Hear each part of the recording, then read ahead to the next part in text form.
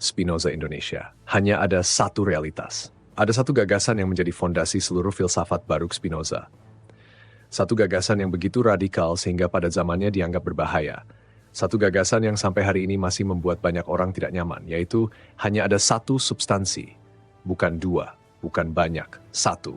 Dan substansi itu adalah Tuhan atau alam, Deus sive natura. Tuhan atau alam, bukan dua hal yang berbeda, melainkan satu realitas yang sama. Sejak ribuan tahun manusia terbiasa membagi keberadaan menjadi dua wilayah, dunia manusia dan dunia Tuhan, dunia materi dan dunia roh, dunia sekarang dan dunia sesudah kematian, dunia yang terlihat dan dunia yang tidak terlihat. Seolah-olah ada dua kerajaan yang berjalan berdampingan, tetapi Spinoza menolak seluruh pembelahan itu. Menurutnya tidak ada dua substansi yang berdiri sendiri. Tidak ada dunia materi yang terpisah dari dunia spiritual. Tidak ada kerajaan gaib yang mengendalikan kerajaan fisik. Tidak ada penguasa supranatural yang sesekali turun tangan mengubah hukum alam. Yang ada hanyalah satu realitas yang utuh. Satu alam semesta, satu tatanan keberadaan, satu jaringan sebab akibat yang tidak pernah terputus. Karena itu Tuhan dalam filsafat Spinoza bukanlah sosok pribadi, bukan seorang raja kosmik, bukan hakim agung yang duduk di atas awan. Bukan makhluk yang marah ketika manusia tidak mematuhinya. Bukan penguasa yang mencatat dosa dan pahala setiap hari. Bukan pemberi hadiah, bukan pemberi hukuman. Bukan pengatur nasib pribadi manusia. Tuhan dalam pengertian Spinoza adalah keseluruhan realitas itu sendiri. Seluruh alam, seluruh hukum alam, seluruh galaksi, seluruh ruang dan waktu, seluruh sebab dan akibat, seluruh keberadaan yang ada. Matahari yang terbit, pohon yang tumbuh, bintang yang meledak, ombak yang bergerak. Tubuh yang hidup, pikiran yang berpikir. Semuanya adalah bagian dari realitas yang sama, bagian dari satu substansi yang sama.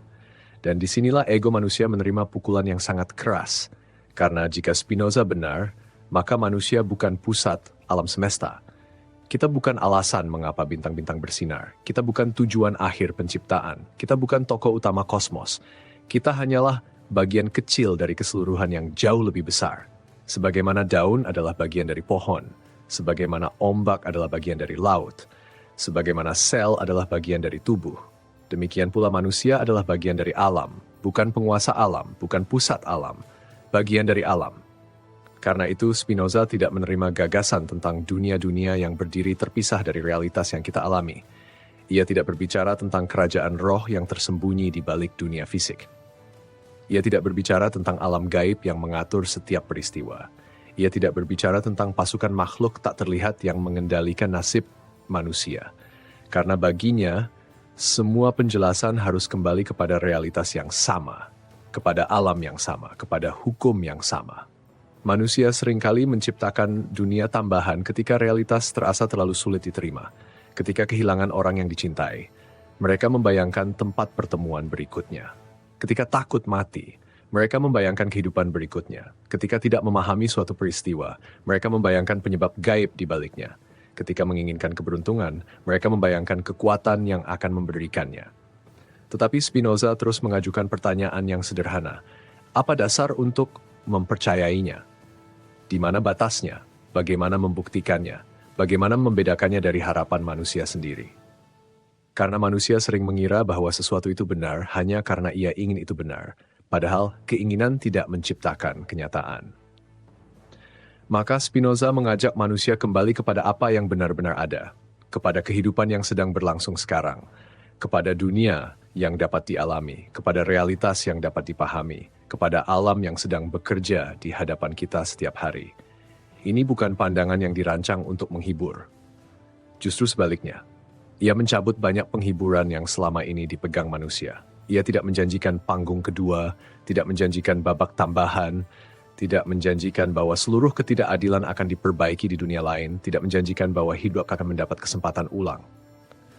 Yang ia katakan jauh lebih sederhana dan jauh lebih keras. Inilah kehidupan, inilah realitas, inilah kesempatan yang ada. Karena itu, menurut Spinoza, manusia yang bijaksana tidak menghabiskan hidupnya menunggu dunia lain. Ia berusaha memahami dunia ini. Ia tidak menghabiskan hidupnya mengejar kehidupan berikutnya. Ia belajar menjalani kehidupan yang sedang berlangsung. Ia tidak menunggu makna datang dari luar realitas. Ia menemukan makna dalam keberadaan itu sendiri. Mungkin itulah inti monisme Spinoza. Tidak ada dua dunia, tidak ada dua substansi, tidak ada dua realitas yang berjalan berdampingan.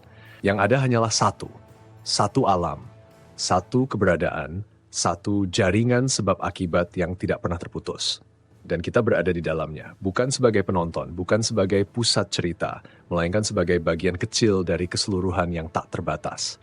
Dan justru karena hidup ini mungkin satu-satunya yang ada, maka setiap detiknya menjadi jauh lebih berharga. Karena kehidupan tidak sedang menunggu untuk dimulai. Kehidupan sudah berlangsung sekarang.